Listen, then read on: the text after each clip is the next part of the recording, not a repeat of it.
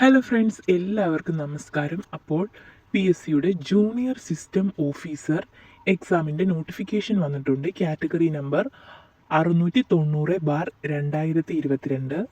Kerala cooperative milk marketing federation limited direct recruitment ആണ്.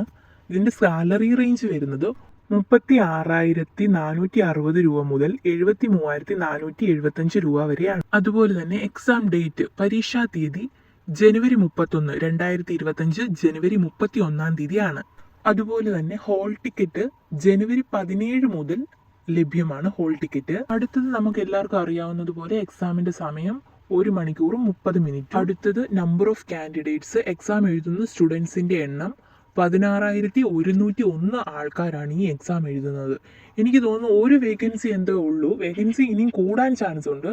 പക്ഷെങ്കിൽ ആ ഒരു വേക്കൻസിക്ക് വേണ്ടി എക്സാം എഴുതുന്ന സ്റ്റുഡൻസിൻ്റെ എണ്ണം എത്രയാണ്? 16,101 പേരാണ് എക്സാം എഴുതുന്നത്. അപ്പോൾ നമുക്ക് ഇതിൽ നിന്ന് തന്നെ മനസ്സിലാവുമല്ലോ കോമ്പറ്റീഷൻ എന്തുമാത്രം ടൈറ്റ് ആയിരിക്കും. അപ്പോൾ എല്ലാവരും അത് മുന്നിൽ കണ്ടുകൊണ്ട് നന്നായിട്ട് പഠിക്കുക കേട്ടോ. അപ്പം ഇതുവരെ പഠിക്കാൻ തുടങ്ങാത്തവർക്ക് എക്സാമിൻ്റെ സിലബസും ജസ്റ്റ് ഇവിടെ നിന്ന് വീഡിയോയ്ക്കകത്ത് കൊടുക്കാം. അപ്പം എല്ലാവരും നന്നായിട്ട് പഠിക്കുക. ഒരു വേക്കൻസിയേ ഉള്ളൂ. വേക്കൻസി വേണമെങ്കിൽ കൂടാം എന്നേ ഉള്ളൂ. അപ്പം ഇത്രയും സ്റ്റുഡൻസ് എഴുതുന്ന ഒരു എക്സാമാണ്. അപ്പം നമ്മൾ മാക്സിമം നമ്മളെ കൊണ്ട് പറ്റുന്ന മാക്സിമം പഠിക്കുക. എല്ലാവർക്കും സിലബസിനനുസരിച്ച് പഠിക്കുക.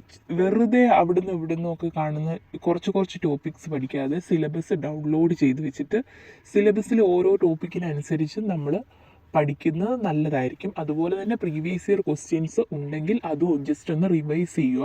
സിലബസിനനുസരിച്ച് പഠിക്കുന്നതായിരിക്കും എപ്പോഴും നല്ലത്. ഇപ്പോൾ ഒരു വേക്കൻസിക്ക് എന്തുമാത്രം സ്റ്റുഡൻസ് ആണ് ഈ എക്സാം എഴുതുന്നതെന്ന് നമ്മൾ കണ്ടല്ലോ. അപ്പം ഏറ്റവും നല്ല ബെസ്റ്റായിട്ട് സിലബസ് കംപ്ലീറ്റ് ചെയ്ത് പഠിക്കുന്ന സ്റ്റുഡൻസിനായിരിക്കും മാർക്ക് കൂടുതൽ കിട്ടാനുള്ള ചാൻസ്. അപ്പം നമ്മൾ എന്ത് ചെയ്യണം?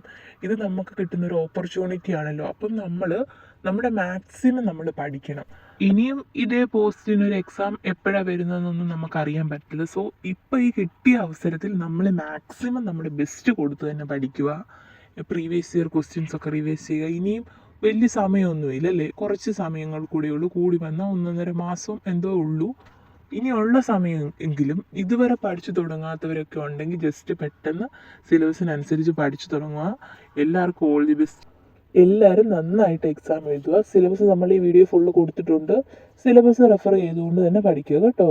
അപ്പോൾ ഓക്കെ, ബൈ.